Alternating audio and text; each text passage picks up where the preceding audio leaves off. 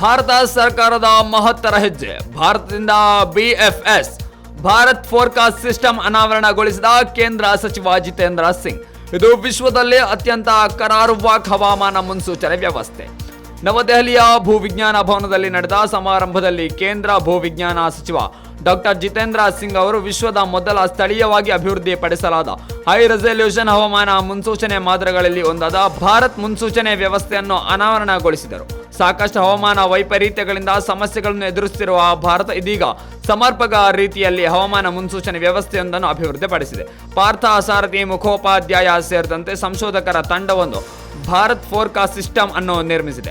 ಭಾರತ ಸರ್ಕಾರವು ಗ್ರಾಮ ಪಂಚಾಯತ್ ವ್ಯಾಪ್ತಿಗೂ ಪ್ರತ್ಯೇಕ ಹವಾಮಾನ ಮುನ್ಸೂಚನೆ ನೀಡಬಲ್ಲ ಭಾರತ್ ಫೋರ್ಕಾಸ್ಟ್ ಸಿಸ್ಟಮ್ ಅನ್ನು ಅನಾವರಣಗೊಳಿಸಿದೆ.